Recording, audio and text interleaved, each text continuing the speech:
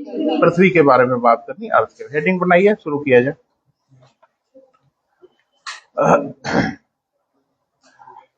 ये सब न्यूज बेटा ध्यान से पढ़ो, आपके लिए बेहद जरूरी है। आप समझ नहीं पा रहे हो, नुकसान हो जाएगा, क्योंकि आपको लग रहा है कि वो पूछने वाले हैं कि अलाउद्दीन खिलजी का शासन कब से कब तक था। है ना, वो कुछ और ही पूछेंगे। चलिए लिखे बेटा। आपका थोड़ा सा बेसिक परिचय। तो आपने नोटिस किया कि जैसे हमने आपको सिस्टम डिलीवर किया, तो उसको जानबूझ के मैंने ऐसे डिलीवर किया कि सबसे पहले हमने यूनिवर्स पे बात किया। ये प्लान था मेरा कि पहले यूनिवर्स का परिचय हो जाए, फिर हमने गैलेक्सी पे बात कर लिया, फिर तारे वारे पे बात किया, फिर हम अपने सोलर सिस्टम पे चले आए। अब सोलर सिस्टम के एक ग्रह पे आना है, उस ग्रह पे जिसपे आप रहते हैं। तो एक बच्चे ने एक बार मुझसे एक प्रश्न पूछा था, तो मुझे याद आ गया, तो पहले वो हम शेयर कर लें। तो उसने ये कहा कि जब हम पहली बार चंद्रमा पे गए होंगे, हम मतलब मनुष्य, हम मतलब मैं नहीं, आप नहीं, लेकिन मनुष्यों के पैर चंद्रमा पे पड़े हैं। तो उसने पूछा कि चंद्रमा से पृथ्वी दिखी थी? पृथ्वी से तो चंद्रमा दिखता है, ऐसे ऐसे ही देखते हैं ना, या ऐसे देख लें, देखते हैं। लेकिन चंद्रमा से पृथ्वी दिखी क्या? या होगी होगी का मतलब नहीं होता है ना, या तो है या तो नहीं है। एक बच्चे ने कहा हाँ सर देखी। हमने कहा कैसे देखी? कहा ऐसे देखी। मैंने जाके बाउंड्री से, किनारे रेलिंग से ऐसे झांके होंगे तो नीचे पृथ्वी दिखी होगी। क्या ऐसा ही था?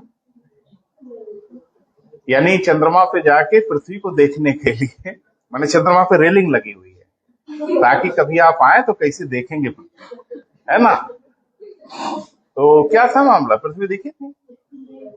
नहीं दिखेगी, चंद्रमा से पृथ्वी नहीं दिखेगी। और एक बार कि चंद्रमा से फिर पृथ्वी दिखी, और ऐसे ही दिखी, है ना, ऊपर ही दिखी।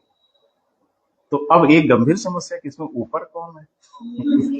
पृथ्वी है कि चंद्रमा है? यहाँ कोई ऊपर और कोई नीचे नहीं है। जब चंद्रमा नीचे होता है तो आपको नहीं दिखता, ठीक है, और जब चंद्रमा नीचे होगा तो पृथ्वी से ऊपर दिखेगा। ठीक है भैया जी, एक तो गंभीर समस्या थी जिसका समाधान हो गया। तो चंद्रमा से भी पृथ्वी दिखती है, और झांक के नहीं दिखती है, ऊपर दिखती है, क्योंकि चक्कर लगा रहा है ना बेटा। अब एक्चुअल में धरती ऐसे है, हम धरती के अलग अलग बिंदु पे, हमारा पैर धरती की तरफ है सर, तो कुछ लोग यहाँ भी होंगे जो लटके होंगे, सर नीचे की ओर है, कब गिर जाए? नहीं, कोई गिरने उड़ने वाला नहीं है। अब जाहिर सी बात है, चंद्रमा अगर नीचे है तो उनके सापेक्ष तो ऊपर ही है, उन्हीं को दिखेगा, हमें तो थोड़ी दिखेगा। चलिए ये सब थोड़ा हंसी मजाक हो गया, आगे बढ़ते हैं। पृथ्वी का निर्माण कैसे हुआ बेटा? वो तो जैसे बाकी ग्रहों का हुआ होगा, वैसे पृथ्वी का भी निर्माण हुआ होगा। ग्रहों के निर्माण का सिद्धांत हम लोगों ने पढ़ा ही है, द्वैतवादी अद्वैतवादी। तो जिससे भी बना होगा पृथ्वी भी वैसे ही बनी होगी। क्लियर है बेटा? पृथ्वी की संरचना कैसी है? कुछ गंभीर प्रश्नों पे बात करेंगे बेटा, जो किताबों में आप लोग तो रोज ही पढ़ते रहते हो, वो तो छोड़ दो। पहला गंभीर प्रश्न ये चर्चा होगी कि पृथ्वी आखिर ध्रुव में चपटी काहे हो गई, क्या वजह थी? आपको पता है कि पृथ्वी एकदम स्फीयर फॉर्मेट में नहीं है, पोल पे थोड़ा सा श्रिंक कर गई है। तो वजह बताएंगे क्यों? आखिर पृथ्वी ध्रुव में चपटी काहे हो गई? वो तो वही है कि एक लड्डू बनाइए और थोड़ा प्यार से दबा दीजिए।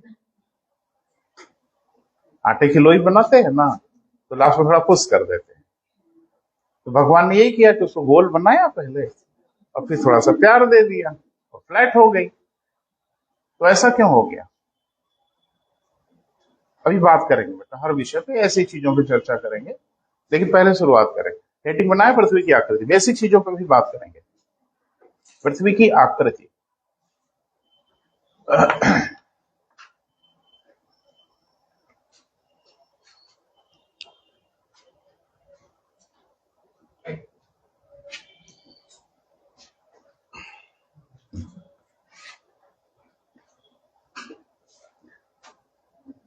किसकी बेटा? पृथ्वी की। अर्थ की आकृति कैसी है? तो मुझे लगता है हर जगह लिखा हुआ। पृथ्वी की आकृति के लिए हम लोग एक शब्द प्रयोग करते हैं जिसके अलाउड है। बोलचाल में तो कुछ भी बोलते हैं, कोई बोलता है संतरे जैसी, कोई कहता है नाशपाती जैसी, कोई किसी तरह से बोलता है, गोल नहीं कोई बोलता, अंडे जैसी, तरह तरह के। अच्छा, पृथ्वी संतरे जैसी है? आप किसके जैसे हो? आपसे कोई तुलना कर दे फलाने जैसे हो तो खराब लग जाएगा ना आपको। तो पृथ्वी को बहुत बुरा लगता है कि पृथ्वी की तुलना आप अंडे से कर दो, संतरे से कर दो, तो खराब लगता है ना, बेइज्जती कर रहे हो पृथ्वी की। तो ध्यान रखो, जैसे हम लोग हैं तो हम लोगों से मिलता जुलता कोई हो सकता है, होते हैं एक दूसरे से मिलते जुलते लोग होते हैं, लेकिन 100% मिलता जुलता नहीं होता। मेडिकल साइंस में माना गया कि 100% मिलता जुलता हो सकता है अगर आपका क्लोन हो तो, है ना बेटा? अदरवाइज कुछ ट्विंस होते हैं जुड़वे, तमाम जुड़वे बच्चे ऐसे होते हैं जिसमें काफी सिमेट्रिसिटी होती है। तो आपको एक जैसे कपड़े पहन लेना तो आप समझ नहीं पाएंगे सोनू है कि मोनू है ना? सोनू गए तो मोनू आए कि फिर मोनू ही आ गए, तो बड़ी भारी तकलीफ होती। बहरहाल, तो ध्यान रखना बेटा, पृथ्वी के लिए ज्योग्राफी में आप समझने के लिए कुछ भी प्रयोग कर ले कि संतरे जैसी है, फलाना जैसी है, लेकिन ज्योग्राफी कहता है कि पृथ्वी के लिए एक स्पेसिफाइड वर्ड है जिसको आपने भी सुना होगा, जिसको कहते हैं जियोइड। इंग्लिश में क्या कहते हैं बेटा? जियोइड कहते हैं। यानी पृथ्वी की आकृति के लिए एक शब्द है जियोइड। हिंदी में कहते हैं पृथव्याकार। जियोइड को हिंदी में क्या कहते हैं बेटा? पृथव्याकार। पृथव्याकार का मतलब क्या हुआ? पृथ्वी के आकार का। ये तो बढ़िया परिभाषा। मोहन कैसे है? मोहन के जैसे है, यही ना हुआ कि पृथ्वी की आकृति कैसी है? पृथ्वी के, यही मतलब है जियोइड का। लेकिन जियोइड जो भी होगा उसकी कोई ज्यामितीय संरचना तो जरूर होगी, ज्योमेट्रिकल स्ट्रक्चर तो जरूर होगा। त्रिभुज की एक ज्यामितीय संरचना है, आयत की एक ज्यामितीय संरचना होती है, सर्किल की होती है, गोले की होती है। तो जियोइड की कोई ज्योमेट्रिकल स्ट्रक्चर तो जरूर होगा। तो पृथ्वी की ज्यामितीय संरचना का क्या नाम? जिसका ज्योमेट्रिकल जो डिजाइन है उस डिजाइन का एक स्पेसिफिक नाम है, वो नाम क्या है? स्फीयर है, स्फेराइड है। स्फीयर माने गोला होता है, स्फेराइड माने गोलाभ होता है। कोई नाम होगा ना बेटा पृथ्वी की आकृति के लिए, जिसकी ज्योमेट्रिकल संरचना होगी उसके लिए। तो ध्यान से सुनिए, पृथ्वी की ज्यामितीय संरचना के लिए जो शब्द प्रयोग किया जाता है वो शब्द है ऑब्लेट स्फेराइड। क्या कहते हैं बेटा? ऑब्लेट स्फेराइड या लब्धक्ष गोलाभ। हिंदी में क्या कहते हैं बेटा? लब्धक्ष गोलाभ। अभी तो आकृति में ही धीरे धीरे बवाल होता जा रहा है। अब ये लब्धक्ष गोलाभ कैसा होता है? ज्यामितीय संरचना है। जैसे हम आपसे कहें कि त्रिभुज एक ज्यामितीय संरचना है, ट्रायंगल, वो कैसा होता है हमें आइडिया है, आपको भी आइडिया है त्रिभुज कैसा होता है। हम कहें कि स्क्वायर, आपको आइडिया है स्क्वायर कैसा होता है। हम आपसे कहें सर्किल, आइडिया है सर्किल कैसा होता है। हम आपसे कहें ऑब्लेट स्फेराइड, ये ज्योमेट्रिकल स्ट्रक्चर है, ये कैसा होता है। मुझे लगता है इसका आइडिया नहीं, क्योंकि नॉर्मल ज्योमेट्रिकल स्ट्रक्चर नहीं है जो पढ़ते लिखते समय हमारी नजर से गुजरा हो। तो ये किस तरह की आकृति को हम लोग ऑब्लेट स्फेराइड कहते हैं, वो थोड़ा देखने के लिए पृथ्वी की संरचना पे आइए।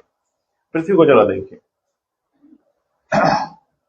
अगर ये पृथ्वी पूरी तरह से गोल होती, पूरी तरह से, तो ये लाइन और ये लाइन एक बराबर होती। अगर पृथ्वी स्फेरिकल होती तो ये दोनों लाइनें क्या होती बेटा? बराबर होती। क्या ये दोनों लाइनें बराबर हैं? नहीं है। इस लाइन की लंबाई है 12,754 किलोमीटर, ठीक है बेटा, और इस लाइन की लंबाई है 12,713 किलोमीटर। 1 मिलीमीटर का भी अगर डिफरेंस हुआ तो ये वृत्त तो नहीं है, स्फीयर तो नहीं है। क्योंकि स्फीयर अगर होता तो 1 मिलीमीटर का भी डिफरेंस नहीं होता। अरे 1 मिलीमीटर तो छोड़ दो, 41 किलोमीटर का डिफरेंस दिख रहा है। बोल नहीं रहे हैं? यानी इस रेखा से ये रेखा 41 किलोमीटर लंबी है। तो इसे आप स्फीयर कह सकते हो? सवाल ही नहीं है। 1 इंच कम नहीं होना था, यहां तो 41 किलोमीटर का डिफरेंस है। तो इस तरह की आकृति को कहा जाता है ऑब्लेट स्फेरॉइड, यानी वर्टिकल सिंक कर गई है और हॉरिजेंटल थोड़ा विस्तार हो गया। क्लियर है बेटा? तो एक ऐसा गोला जो वर्टिकल एक्सिस इसकी छोटी हो गई और हॉरिजेंटल एक्सिस इसकी थोड़ी बड़ी हो गई। तो जाहिर सी बात है कि पृथ्वी की आकृति कुछ ऐसी नहीं है, वरन कुछ ऐसी है ना बेटा? यानी हम लोग पढ़ते हैं छोटी क्लास से कि पृथ्वी ध्रुवों पे थोड़ी चपटी है। तो ये तो क्लियर हुआ बेटा। इस तरह की आकृति को ही हम लोग क्या बोलते हैं बेटा? ऑब्लेट स्फेरॉइड, लधक्ष गोला। अब प्रश्न ये है कि ऐसा कहां हो गया? गोल मटोल रही होती पृथ्वी तो अच्छा लगा होता, है ना? ये थोड़ा सा सिंक कर गई तो ऐसा काहे हो गया? तो खाली तथ्य रटने के फिराक में थे कि छोटे छोटे फैक्ट्स रट डालें पृथ्वी के बारे में। कर्क रेखा क्या है, मकर रेखा क्या है, विषुवत रेखा क्या है ना भैया जी? चलिए, आपको पता है कि पृथ्वी चाहे जैसे भी बनी हो, लेकिन इतना तो है कि पृथ्वी प्रारंभ में बहुत गर्म थी। अरे तो छोटी क्लास में हम लोग पढ़े बेटा कि प्रारंभ में पृथ्वी आग का गोला थी। ये तो हर कोई पढ़ा है, 3rd 4th 5th में पृथ्वी के बारे में हमने यही पढ़ा। पृथ्वी ठंडे होते होते होते होते वर्तमान स्थिति में आई। बोल नहीं रहे? तो कहीं ना कहीं जेम्स जीन प्रमाणित होते, और जेम्स जीन ने यही कहा था कि एक फिलामेंट टूट के अलग हुआ जो काफी गर्म था और जो धीरे धीरे ठंडा होते होते वर्तमान स्वरूप में आया।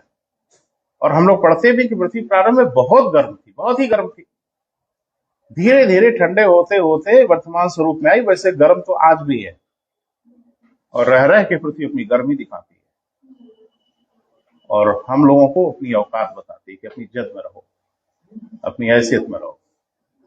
तो रह रह के ज्वालामुखी का विस्फोट तो होता ही है।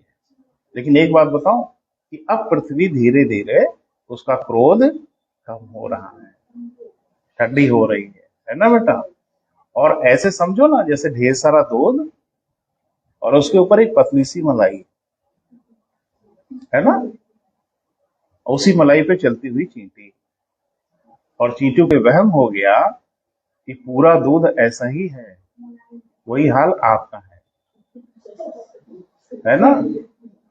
ढेर सारा पिघला हुआ मामला, ऊपर एक पतली सी परत, वही दूध वाला अनुपात दिमाग में रखना, और उसी पे बैठे हो बड़े शान से और भूगोल पढ़ रहे हो, है ना?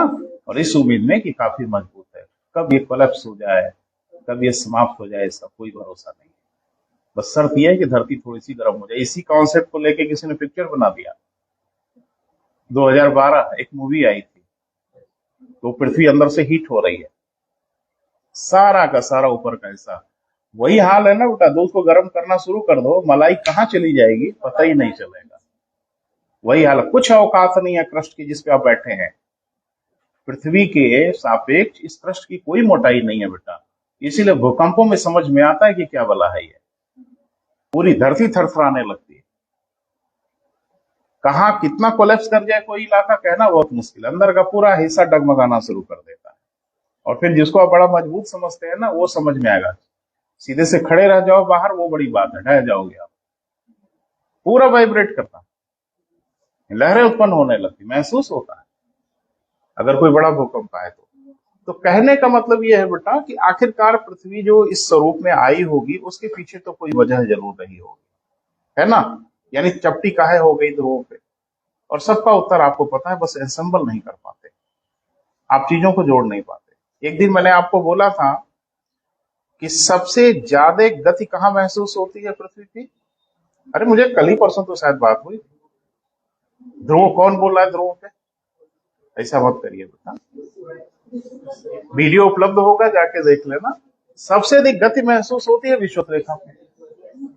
जहां वृत्तीय गति सबसे अधिक होगी वहीं अपकेंद्री बल सबसे अधिक होगा। और अपकेंद्री बल कौन बल होता है? जो बाहर की ओर ढकेलता है। और सबसे कम गति कहां होगी? ध्रुवों पर होगी। और सबसे कम गति अगर होगी तो अपकेंद्री बल भी कम होगा। और आपको पता है कि पृथ्वी प्रारंभ में ठोस नहीं थी, वो धीरे धीरे ठोस हुई। जब धरती ने घूमना शुरू किया ना बेटा, तो भी पदार्थ सॉलिडिफाई हो रहे थे। सेंट्रीफ्यूगल फोर्स ने अपना खेल खेल दिया और विषुवतीय क्षेत्रों में पृथ्वी को भार दे दिया, क्योंकि अपकेंद्री बल किसको ढकेल रहा था? बाहर की ओर ढकेल रहा था। और ध्रुवों पे चूंकि अपकेंद्री बल था ही नहीं, इसलिए वो इलाका वही था या सिंक हो गया। तो पृथ्वी के चपटे होने के कारण कुछ और नहीं था बेटा, सिर्फ ये था कि पृथ्वी शुरू से ही ठोस नहीं थी। शुरू से ठोस रही होती तो शायद ये दशा ना हुई होती। तो प्रारंभ में सॉलिडिफिकेशन जब होना शुरू हुआ था, उस बीच में जब पृथ्वी घूमना शुरू हुई तो सेंट्रीफ्यूगल फोर्स ने सारा खेल खेल दिया। और विषुवतीय क्षेत्रों में सबसे अधिक गति थी, तो सेंट्रीफ्यूगल फोर्स, मैंने क्या बोला था, अगर 17 गुना गति बढ़ा देना बेटा तो विषुवत रेखा पे तो ऐसे ही उड़ जाएगी हवा में, इतना सेंट्रीफ्यूगल फोर्स अधिक हो जाएगा। आज भी विषुवत रेखा पे सेंट्रीफ्यूगल फोर्स यानी बाहर को ढकेलने वाला बल सबसे अधिक लगता है। क्योंकि अब धरती सॉलिड हो चुकी है, इसलिए अब उस पर फर्क नहीं पड़ता। लेकिन जब वो सॉलिड हो रही थी, डिजाइन ले रही थी, तो फर्क पड़ गया। लिख ले। क्लियर हो रहा है बेटा? यानी पृथ्वी के चपटी होने और उभार होने के पीछे सिर्फ और सिर्फ सेंट्रीफ्यूगल फोर्स रिस्पॉन्सिबल है। कैसे इसका असर हुआ वो मैंने बताया। विषुवत रेखा पे वृत्तीय गति सबसे अधिक होती है, और जहां वृत्तीय गति अधिक होगी वहीं सेंट्रीफ्यूगल फोर्स सबसे अधिक होगा। क्लियर है बेटा? लिख ले। पृथ्वी की आकृति, पृथ्वी की आकृति कैसी है बेटा? जियोइड है। हिंदी में जरूर लिख लीजिएगा, पृथ्व्याकार है। ठीक है बेटा? जियोइड, हट जाए, सामने ही खड़े हो जाता हूं। चलो, पृथ्वी की आकृति कैसी है बेटा? जियोइड है। हिंदी में क्या? पृथ्व्याकार। ठीक है? जबकि इसकी ज्यामितीय संरचना, ज्योमेट्रिकल स्ट्रक्चर,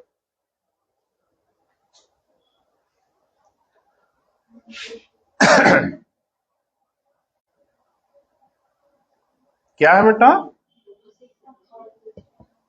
ऑबलेट। आमलेट मत लिखिएगा, ठीक है? ऑबलेट स्फेराइड। ठीक है? ऑबलेट स्फेराइड। हिंदी में क्या कहेंगे बेटा? लघ्वक्ष गोलाभ। लघ्वक्ष गोलाभ। ठीक है? और मुझे पता है कि कहां कहां गड़बड़ी की हो, मैं सब ठीक करूंगा बेटा, है ना? जहां तक मेरी हैसियत है मैं ठीक करने का प्रयास करूंगा। हो गया बेटा? तो एक डायग्राम बना लो ताकि आपको समझ में आए पृथ्वी की।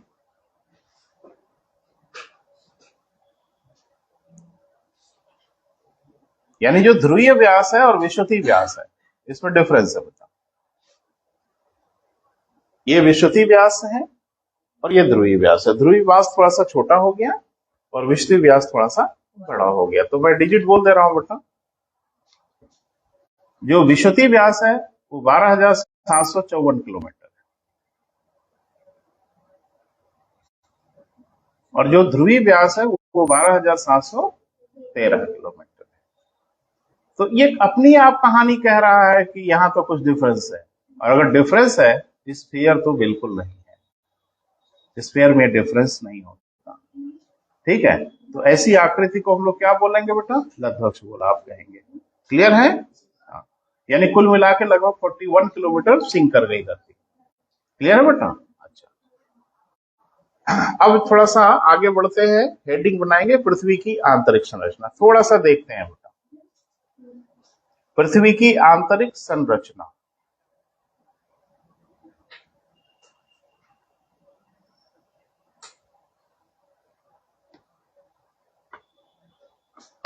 तो अब यहां से ही बवाल शुरू होगा, है ना बेटा? मैंने थोड़ा सा मामला अब टिपिकल होना पड़ेगा। पृथ्वी अंदर से कैसी है, इसके बारे में आज की डेट में संपूर्ण जानकारी है हम मनुष्य को। पूरा 100% जानकारी है कि पृथ्वी अंदर से कैसी है। काफी अध्ययन हुए हैं, काफी शोध हुए हैं। तो आखिर पृथ्वी की आंतरिक संरचना के बारे में हमको जो भी जानकारी हुई है वो कैसे हुई, उसका क्या कारण था? कोई ना कोई वजह तो होगी, कोई ना कोई स्रोत तो होगा, कोई ना कोई मुखबिर तो होगा जिसने आके बताया होगा कि पृथ्वी अंदर से ऐसी है। तो हम विकल्प दे रहे हैं, आप जवाब दीजिएगा।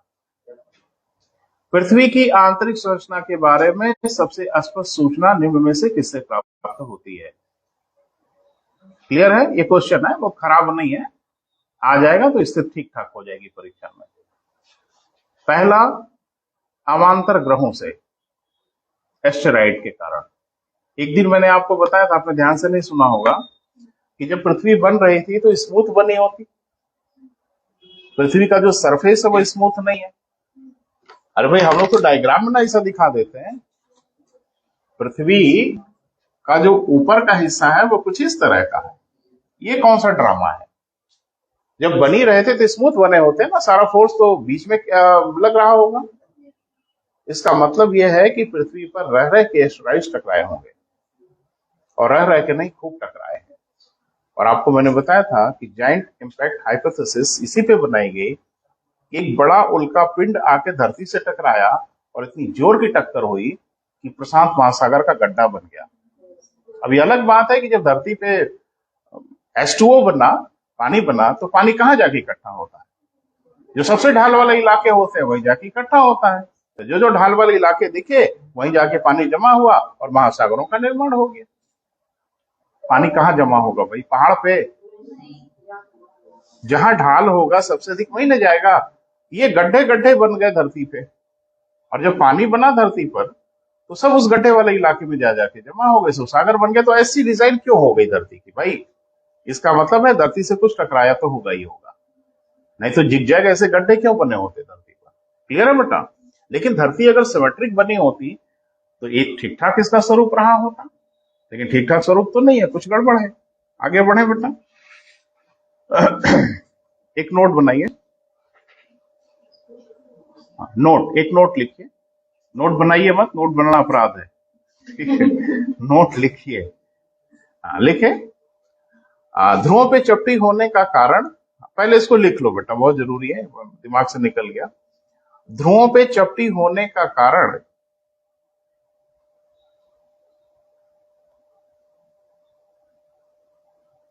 पृथ्वी की दैनिक गति है। अब कैसे है उसको कोरिलेट करिएगा, वैसा स्थापित करिएगा। क्या है बेटा? दैनिक गति है, ठीक है। अच्छा, अब फिर वापस लौटते हैं भाई। पहला मैंने बोला एस्टेरॉइड, तो क्या एस्टेरॉइड से भी पृथ्वी की संरचना के बारे में पता चलता है? महासागरीय गर्तों से, ताप से, दाब से, भूकंपों से। अभी एक विकल्प और है, धैर्य रखिए, ज्वालामुखी का विस्फोट।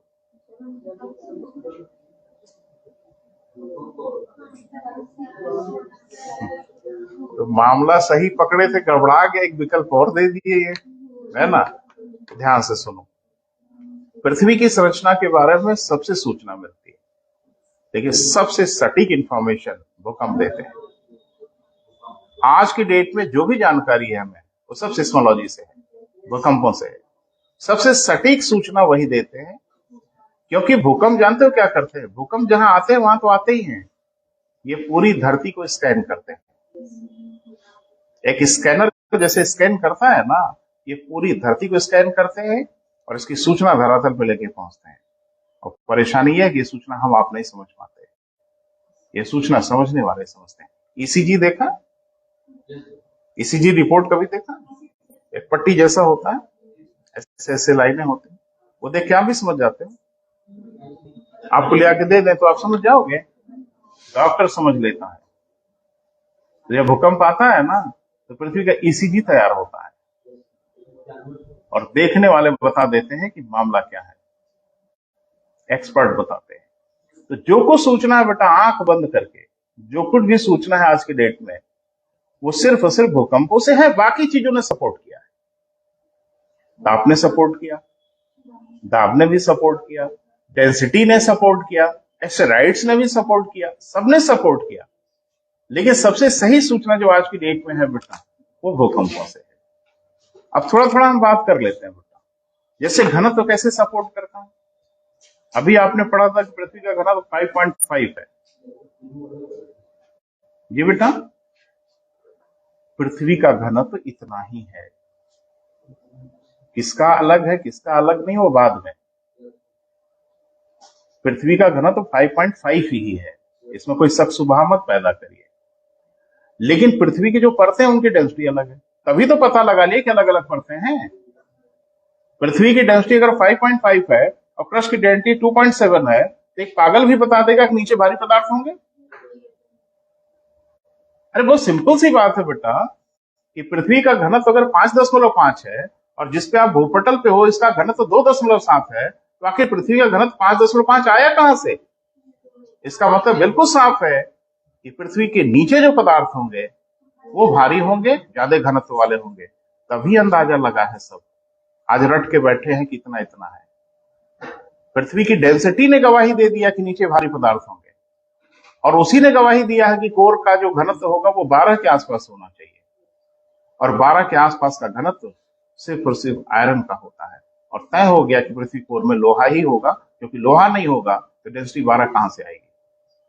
तो बहुत सी चीजें प्रकाश डालती है बेटा। ताप,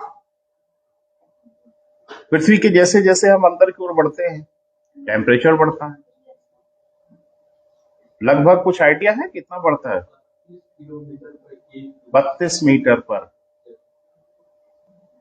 32 किलोमीटर नहीं बेटा, 32 मीटर पर।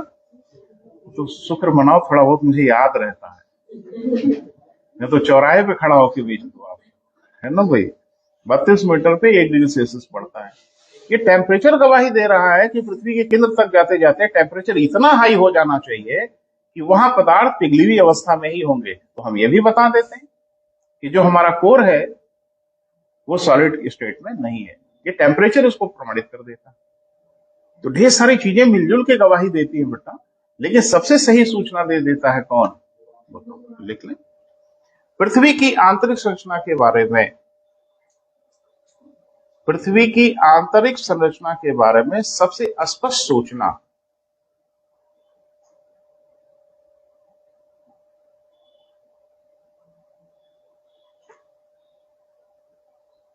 पृथ्वी की आंतरिक संरचना के बारे में सबसे स्पष्ट सूचना भूकंपों से प्राप्त होती है।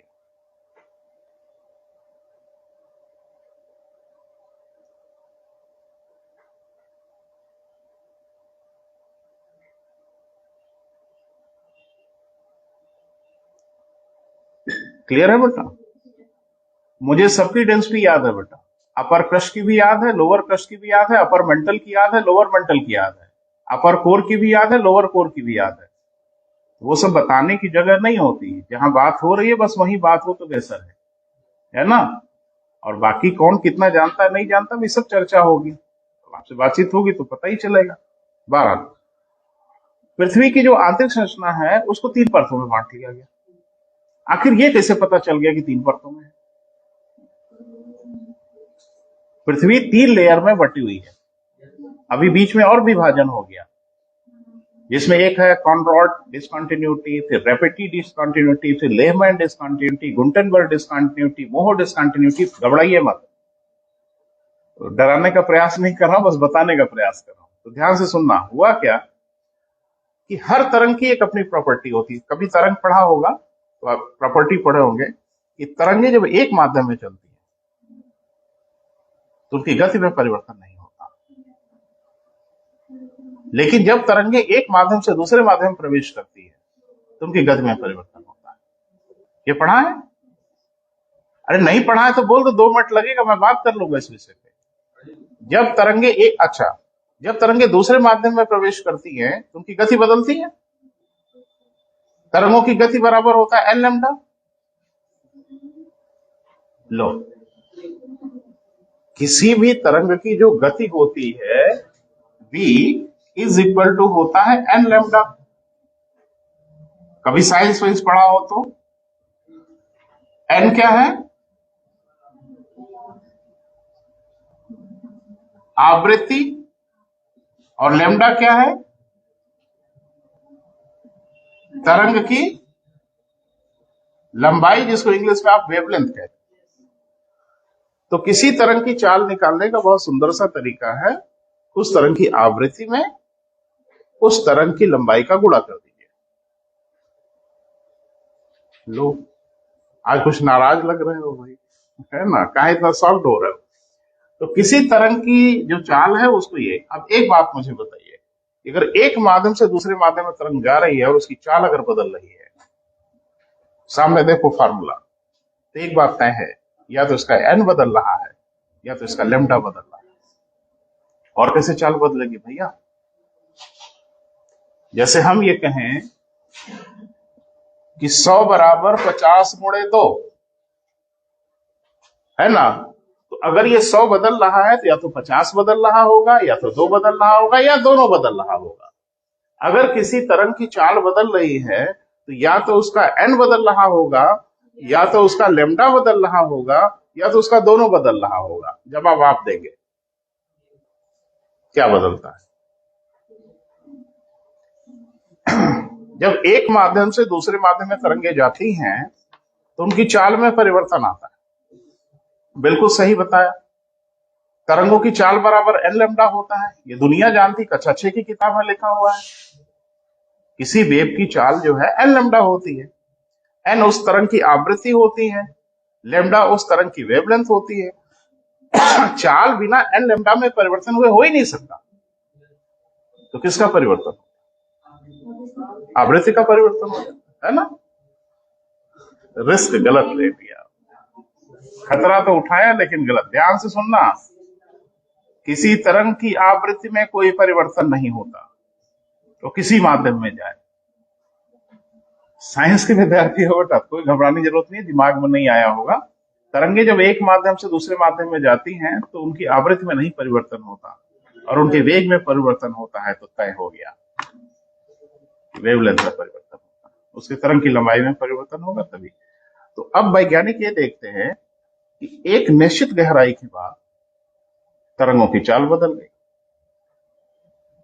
तो मुझे लगता है वैज्ञानिक है, इतना तो उनको अंदाजा लग ही गया कि एक निश्चित गहराई के बाद तरंगों की चाल क्यों बदली। इसका मतलब है कि वहां से पदार्थ दूसरे टाइप के। तभी ना पकड़ लिया कि ये एक परत ये है। भाई और कौन तरीका है, और कैसे पता चलेगा? भूकंपों का अध्ययन कैसे करना है? यही करना है। एक निश्चित गहराई के बाद भूकंप की तरंगों की वेग में परिवर्तन आ रहा है हर जगह। वो पकड़ लिया कि यहीं से वो माध्यम बदल रहा है, यानी यहीं से एक अगली परत तैयार हो रही है। फिर अगली गहराई में जाने पे एक तरंग गायब हो जाती है, एक तरंग पहुंचती है उस पर, और उस तरंग का नाम है यस तरंगे।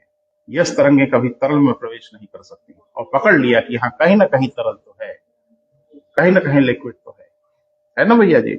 मैं डिटेल में नहीं बता रहा हूं, मैंने एक आइडिया आपको दे रहा हूं कि आखिर कैसे पता लगाया होगा। लिखें, भूकंपों के अध्ययन के आधार पर, भूकंपों के अध्ययन के आधार पर पृथ्वी 3 संकेंद्रीय परतों में विभाजित मानी जाती है।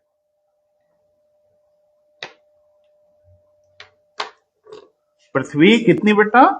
3 संकेंद्रीय परतों में विभाजित मानी जाती है। संकेंद्रीय माने, लो अब ये भी झंझट है। एक केंद्र हो, एक ही केंद्र के चारों ओर 3 परतों में विभाजित मानी जाती है। क्लियर है बेटा? हाँ, जिन्हें क्रमशः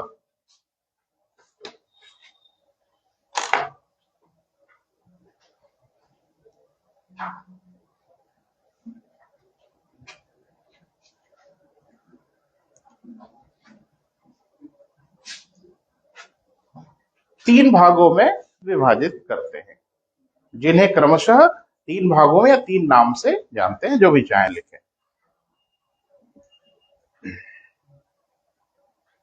क्लियर है बेटा? 3 परतें हैं तो तीनों का नाम होगा, वो सबको याद होगा, लेकिन उसके बाद भी हम बताएंगे, क्योंकि मेरी लाइबिलिटी है, मेरी जिम्मेदारी है कि मैं चर्चा जरूर करूंगा, कम से कम उन बच्चों के लिए जिनको इसका आइडिया ना हो। तो 3 परत कौन कौन सी है बेटा? हाँ हाँ, खूब रटे हो भाई, वेरी गुड। कुछ ऐसा। तो सबसे बाहर वाला क्या है बेटा? क्रस्ट है। हिंदी में भूपटल है। ये वाला क्या है? मेंटल है, जिसको हम लोग क्या कहते हैं बेटा? भू प्रावार कहते हैं। और नीचे वाला हिस्सा क्या है बेटा? कोर है, जिसको हम लोग केंद्र कह लेते हैं। अब इसकी मोटाई वोटाई कुछ होगी। ये 3 हिस्से में बटा है। प्याज के छिलके समझो, जैसे एक छिलके को हटाया तो अगला छिलका, तो ऐसा ही कुछ है। 3 परतें हैं एक के ऊपर एक। और सापेक्षिक रूप से कोशिश हुआ कि ऐसा बने कि आपको मोटाई का भी कुछ एक रफ आइडिया तो लगे, इसीलिए हमने क्रस्ट को बहुत पतला दिखाया है, और ये पतला है ही है। पृथ्वी की त्रिज्या लगभग कितनी है बेटा? 6000, अरे अभी तो पढ़ा 12,754 किलोमीटर भैया व्यास है, तो उसका आधा ही तो त्रिज्या होगा ना। तो लगभग 6,400 किलोमीटर पृथ्वी की त्रिज्या है। अब इस त्रिज्या में बंटवारा होगा कि किसका हिस्सा कितना है। तो ये हिस्सा बेटा सबसे पतला है, इसको कहा जाता है 5 से 100 किलोमीटर। एवरेज जो इसकी मोटाई है वो मानते हैं हम लोग 33 किलोमीटर। 5 से 100 क्यों कहते हैं? क्योंकि कहीं ये बहुत पतला है और कहीं ये मोटा है। अरे कहीं खाई है, कहीं गर्त है, कहीं हिमालय जैसा पहाड़ है, तो कहीं इसकी मोटाई ज्यादा है और कहीं इसकी मोटाई कम है, लेकिन एवरेज मोटाई। अब जरा आप खुद ही कल्पना करिए कि 6,400 किलोमीटर में ये 5 किलोमीटर की क्या औकात है। पृथ्वी की त्रिज्या 6,400 किलोमीटर है, और 6,400 किलोमीटर में 5 किलोमीटर तो छोड़ दो, 100 किलोमीटर की ही क्या विशाल है।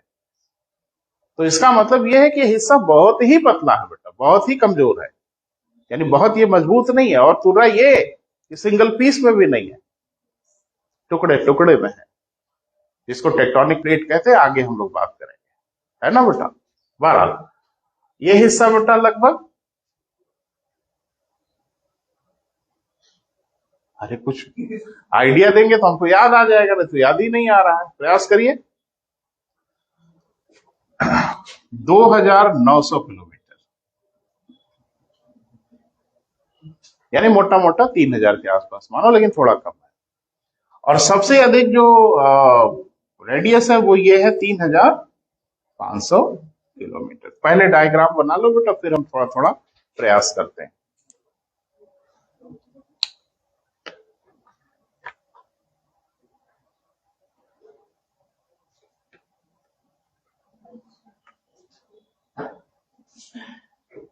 तो सबसे ऊपर वाला हिस्सा क्या है बेटा? क्रस्ट है। उसके नीचे मेंटल है, भूप्रवार है, उसके नीचे कोर है। लेकिन एक बात ध्यान रखना, अभी जब लेटेस्ट हम लोग अध्ययन कर रहे हैं ना बेटा, आधुनिक जो अध्ययन हो रहा है, तो अब क्रस्ट को भी 2 भागों में बांट रहे हैं। अपर क्रस्ट, लोअर क्रस्ट। मेंटल को भी 2 भागों में बांट रहे हैं, अपर मेंटल, लोअर मेंटल। क्योंकि यहाँ भी डेंसिटी का डिफरेंस देखा जा रहा है, बहुत ह्यूज तो नहीं है, बट देयर इज डिफरेंस। और फिर कोर को भी 2 भागों में बांट दिया, अपर कोर, लोअर कोर। और यहां हो गया बड़ा भारी बवाल। लोअर कोर को वैज्ञानिकों ने कह दिया कि ये ठोस है, ये सॉलिड है, ये पिघला हुआ नहीं है, सिर्फ अपर कोर पिघला है। क्योंकि वैज्ञानिकों ने कहा इतना हाई प्रेशर होगा, यहाँ कोई पदार्थ पिघल ही नहीं सकता। तो पिघली अवस्था में रहते हुए भी जो लोअर कोर होता है वो ठोस होता है। यानी ये जो कोर दिख रहे हो ना बेटा, इसको एक वैज्ञानिक थे लेमैन, तो उन्होंने कह दिया कि ये भी 2 हिस्सों में बटा है। एक को उन्होंने कहा अपर कोर और एक को कहा लोअर कोर, और कहा कि ये सॉलिड है, लोअर कोर सॉलिड है, उसके ऊपर पिघला हुआ पदार्थ चारों ओर से घेरा हुआ है। तो सब हम चर्चा कर रहे हैं बेटा, बारी बारी से एक एक पॉइंट। देखिए, पहला क्रस्ट, भूपटल।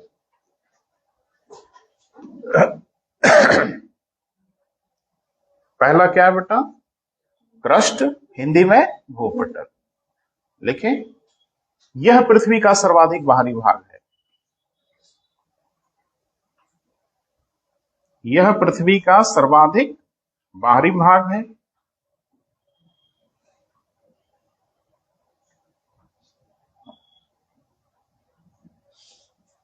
इसका घनत्व सबसे कम है।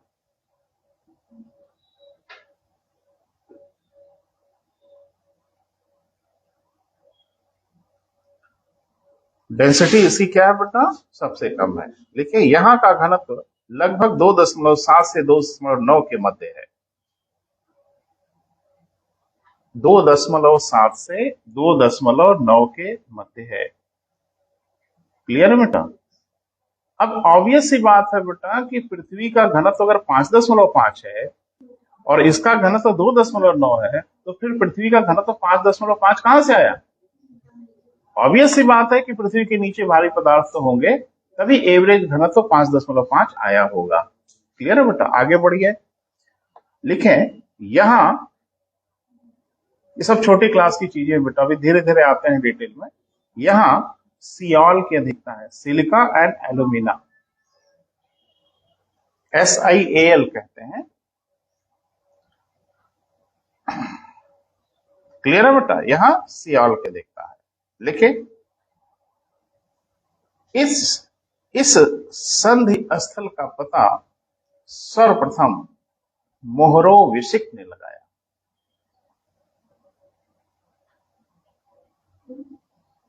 इस संधि स्थल का पता सर्वप्रथम मोहरोविसिक ने लगाया।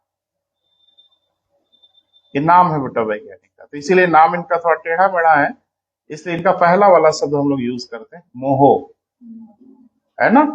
तो थोड़ा सा सुन लीजिए इनके बारे में।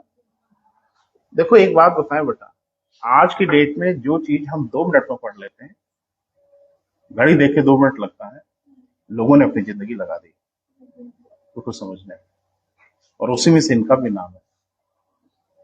एक यूरोप का देश है क्रोएशिया, है ना। तो क्रोएशिया में एक वैली है, घाटी है, जिसका नाम है कुल्पा वैली। कुल्पा वैली घाटी है। तो वहां पे जो अर्थक्वेक का प्रेक्षण बड़ा अच्छा मिलता, मैंने उसका जो रीडिंग आती थी वो बहुत अच्छी आती थी। ये अपनी पूरी जिंदगी वहीं बिताती मोहरोविसिक, और सिर्फ भूकंपों को समझने में, और समझते समझते उन्होंने समझ ही लिया, और इन्होंने बता दिया कि ये एक हिस्सा है जिसके ऊपर क्रस्ट होगा और इसके नीचे कुछ अलग है। तो ये जो बताने का काम किया वो मोह ने कहा, और चूंकि इन्होंने बताया इसलिए इसको कहा जाता है मोहो डिसकंटिन्यूटी, मोह असाध्य। अभी तो हर कंपटीशन में ताबड़तोड़ पूछ रहा है, यूपीएससी में पूछ रहा है, अभी सीडीएस का पेपर मैंने देखा वहां पूछ रहा है, हर कंपटीशन पूछ रहा है क्रम बता दीजिए, जो अशांत तत्व है उनका क्रम बताइए, सबसे ऊपर कौन है, सबसे नीचे कौन है, मैंने एक अरेंज कर लीजिए। कभी तो एक का नाम नहीं पता, अरेंज क्या करेंगे। तो ध्यान से सुनो, ये जो अच्छा एक चीज बताओ, अगर 3 परतों में है बेटा तो 2 संधि स्थल तो होगा। 3 परत है तो 2 जोड़ होगा, एक जोड़ यहां और एक जोड़ यहां जरूर है। तो सबसे पहले इस जोड़ का पता लगा लिया मोहो ने, और चूंकि उन्होंने पता लगाया इसलिए उनके नाम पे इस जोड़ का नाम रख दिया गया मोहो डिसकंटिन्यूटी। हिंदी में कहते हैं मोहो असांतत्य। डिसकंटिन्यूटी क्यों? क्योंकि यहां भूकंप की तरंगें की कंटिन्यूटी ब्रेक हो जाती है। क्लियर है बेटा। तो एक तो ये हो गया, और मोह से उत्साहित हो गए एक नए वैज्ञानिक, उन्होंने कहा कि हम भी पता लगाएंगे कि अंदर कुछ और गड़बड़ है क्या। तो उन्होंने, कभी कभी कुछ चीजों से लोग उत्साहित हो जाते हैं, फिर ढेर सारी चीजें, अरे रॉबर्ट हुक ने कोशिका का पता लगाए होते, न वाटसन क्रिक डीएनए की संरचना का पता लगा पाए होते, तो विंडो तो किसी ने खोला, फिर काम आगे बढ़ता है। तो एक संदेह स्थल का पता और लगा लिया, और उनका नाम था गुंटेनबर्ग। क्या नाम था बेटा? गुंटेनबर्ग। अभी हम सब लिखा देंगे, घबराओ मत। तो उन्होंने भी अपने नाम पे कह दिया गुंटेनबर्ग डिसकंटिन्यूटी। तो 3 अगर पढ़ते हैं तो 2 डिसकंटिन्यूटी जरूर होगी। एक कंटिन्यूटी किसकी है? क्रस्ट और मेंटल के बीच में, और एक डिसकंटिन्यूटी है मेंटल और कोर के बीच में। खूब पूछा जाता है मोह असांतत्य क्या है, गुंटेनबर्ग डिसकंटिन्यूटी क्या है, किसके किसके बीच में है, ये सब चीजें आपको जाना। अब इसमें हुआ क्या बेटा कि और लोग उत्साहित हो गए, कुछ और पता लगाया जाए। अब खान तो मिल ही गई है, ढूंढा जाएगा, हीरा उरा हमको भी मिल जाए, तो ढूंढा। एक ने कहा कि इसके बीच में भी कुछ गड़बड़ है, यानी क्रस्ट भी एक समान नहीं है, ऊपर का क्रस्ट अलग है, नीचे का क्रस्ट अलग है। तो तो इसको नाम दिया उन्होंने कॉनरेड डिसकंटिन्यूटी। अभी सुनो, घबराओ मत। फिर एक ने कहा कि थोड़ा हम भी देखें कि सब मेंटल एक ही जैसा है क्या। इन्होंने कहा कि ना ना, यहां भी गड़बड़ है। तो उन्होंने कहा कि यहां भी एक लाइन ऑफ डिमार्केशन है जो अपर मेंटल और लोअर मेंटल को अलग करता है। तो इनका नाम था रेपेटी, वैज्ञानिक का नाम है बेटा। इसको बोला जाता है रेपेटी डिसकंटिन्यूटी। फिर एक जने तो और उत्साहित हो गया, एक ही बचा है, हम देखें वहां कुछ मिलता है क्या। तो मिल गया। और कोर में भी उन्होंने ढूंढ निकाला कि कोर भी सिमेट्रिक नहीं है, एक अपर कोर और एक लोअर कोर, और उनका नाम रखा गया, अपने ही नाम को उन्होंने रख दिया, लेहमैन डिसकंटिन्यूटी।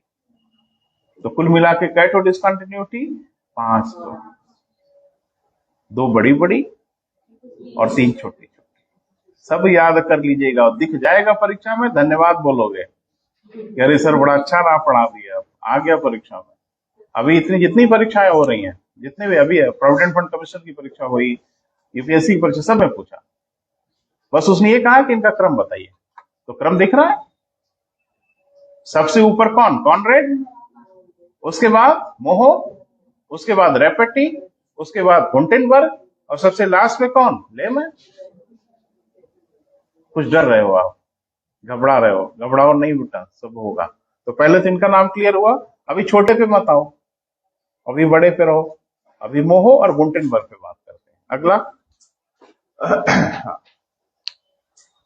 लिखो बेटा, भूप्रवार,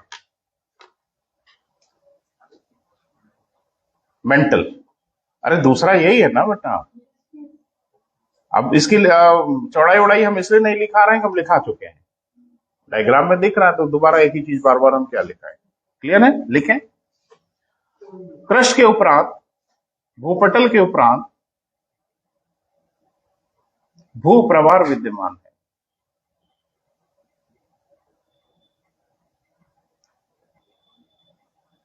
भूप्रवार विद्यमान है, यह अर्ध ठोस अवस्था में है, अर्ध ठोस अवस्था में है।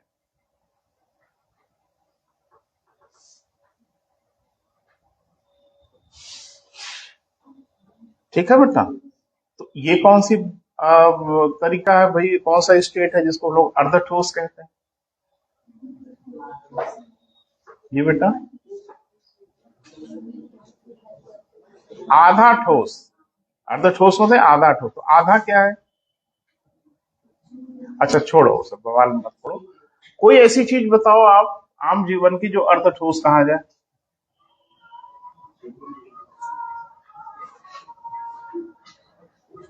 बड़ी दुर्गति है, आराम से बंद करो। जबकि कल मैंने बोला था कि क्लास में घुसने के पहले मोबाइल को वाइब्रेशन में रखिए। हाँ चलो छोड़ो, सब अपने विषय पे ध्यान केंद्रित करें। कोई चीज बताओ अपने आम जीवन में जिसको अर्ध ठोस कहते हैं। जेलीफिश, जैम डेली, और टूथपेस्ट, और दही। हाँ बिल्कुल, ये सब अर्ध ठोस ही तो है ना बेटा, इतना घबराहट कहाँ पहुंच गए जेली वली पे, ऐसे ही कॉमन चीजें थी। दही को आप लिक्विड कह सकते हो, ठोस कहोगे, अर्ध ठोस है। सुबह सुबह टूथपेस्ट जो करते हो आप, तो कॉलगेट और जो भी करते हो मुझे नहीं पता, लेकिन मुझे लगता है ना वो ठोस है ना वो तरल है, अर्ध ठोस। अर्ध ठोस माने जो दोनों के बीच की दशा में हो। तो जो मेंटल हमारा है वो पिघली हुई दशा में होते हुए भी पिघला हुआ नहीं है, लिख लें, अर्ध ठोस अवस्था में। यहां का घनत्व, यहां का घनत्व नहीं, देखो सुन लो मेरी बात थोड़ा सा, अन्यथा मत लेना।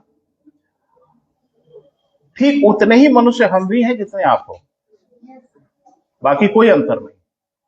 और हम कोई कंप्यूटर और कोई मशीन थोड़ा ही है, यहां आ गए और आप बटन दब गई और आप बोलते रहो, हमारा दिमाग डिस्टर्ब हो जाएगा ना, तो कहानी बदल जाएगी। तो आपों से विनम्र निवेदन है कि जब रिश्ता आपसे हमारा जुड़ जाए, हम कनेक्ट करते हैं पहले आपको, बढ़िया से जुड़ जाए, केबल वेबल चेक कर लेते हैं एकदम ठीक हो गया है। जब कनेक्शन बढ़िया हो जाता है तो फ्लो शुरू होता है, और उसी बीच में डिस्कनेक्ट करते हैं। तो मेरे लिए गड़बड़ हो जाएगा बेटा, मेरे लिए तकलीफ दे होता है ना। चले, मैं जब पढ़ाता हूँ ना बेटा, तो मैं उसी में डूब के पढ़ाता हूँ, मैं उसमें डूब जाता हूँ। मुझे कुछ याद बात नहीं रहता, मुझे सब कुछ दिखने लगता है, विजुअल होने लगता है। मैं वही देख देख के आपको बोलता हूँ, पढ़ाता हूँ। और आप मेरा पूरा जो ध्यान योग की मुद्रा है उसको गड़बड़ा दोगे तो गड़बड़ हो जाएगा। चले आगे बढ़े, ये सब ध्यान रखा जाता है। हाँ। क्या लिखा बेटा, यहाँ का घनत्व 2.9 से 4.7 तक तथा इसके निचले भाग का घनत्व 4.7 से 5.7 तक।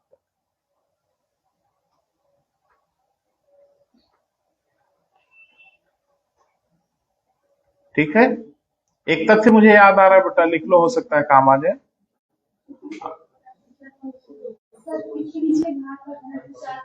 7 से 5.7 तक। ठीक है,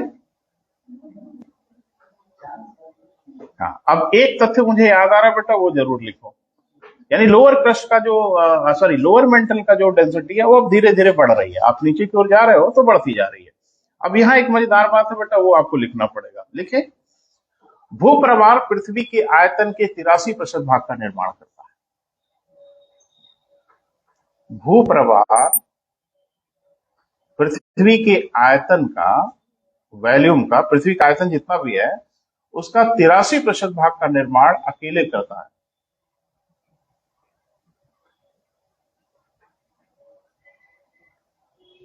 अरे भाई, तो अंदाजा लगा लो, 83% का अगर अकेले आयतन का निर्माण करता है तो फिर बचा ही क्या, है ना बेटा। और जबकि भार में इसका योगदान लगभग 62% है। तो एक बात तो तय हो गई कि अगर आयतन 83% हो और सारी चीजें अगर एक ही जैसी होती तो भार भी 83% होता। तो इसका मतलब तो तय है कि आयतन अगर आपका 83% दिख रहा है और पृथ्वी के भार में योगदान आपका अगर 62-63% दिख रहा है, इसका मतलब है कि आपसे भी भारी पदार्थ कहीं ना कहीं जरूर है। क्लियर है बेटा, लिख लें। 83% आयतन का निर्माण करता है जबकि लगभग 63% भार का निर्माण करता है। तो पृथ्वी के सबसे बड़े भाग पर कौन विद्यमान है बेटा, भूप्रवाल विद्यमान है। यानी सबसे बड़ा आयतन यही बनाता है। क्लियर है। देखिए, यहां सियाल की अधिकता है। सॉरी सॉरी, सियाल तो हो गया ना बेटा, सीमा, सीमा, SIMA। यहां सीमा की अधिकता है, SIMA, Seema for silica and magnesium.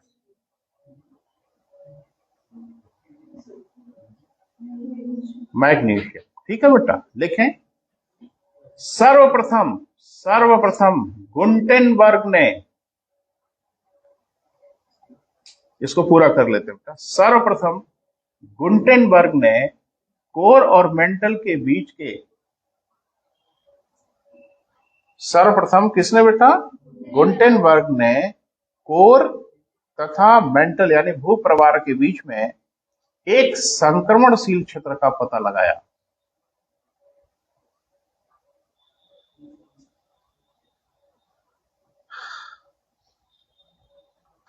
देखिए, आज वो बच्ची फिर नहीं आई जो हमसे एस्टेरॉइड पूछ रही थी उससे, है ना। तो समस्या यही है कि धूम्रकेतु की तरह से रह रहे के प्रकट होंगे तो फिर तो गड़बड़ हो ही जाएगा, है ना बेटा।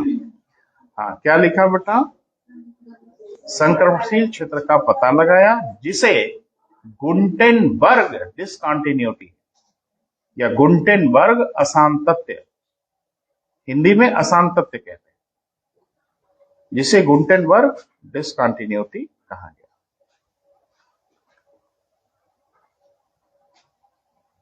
क्लियर है बेटा। अगला लिख लो, कोर। आज ये बेसिक चीजें क्लियर हो जाए बेटा। अगला क्या है, कोर। यह पृथ्वी का सर्वाधिक आंतरिक भाग है। यह पृथ्वी का क्या है बेटा, सर्वाधिक आंतरिक भाग है। भारी पदार्थों से निर्मित है।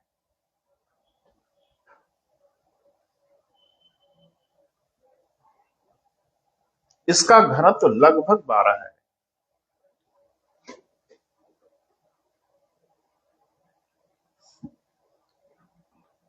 इसका घनत्व लगभग कितना है बेटा?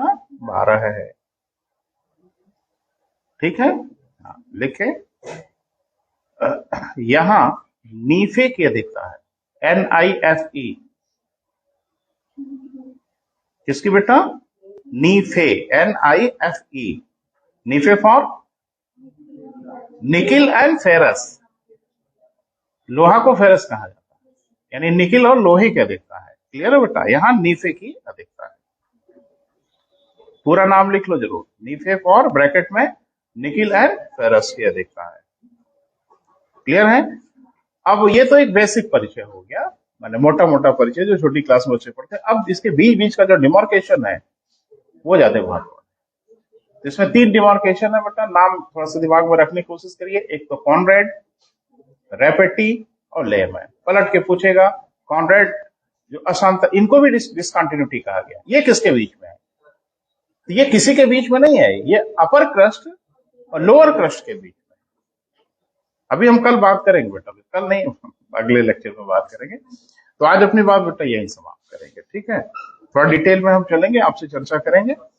और हर चीज को अखबार पढ़ते रहिए बेटा, चीजों को देखते रहिए, मैगजीन पढ़ते रहिए।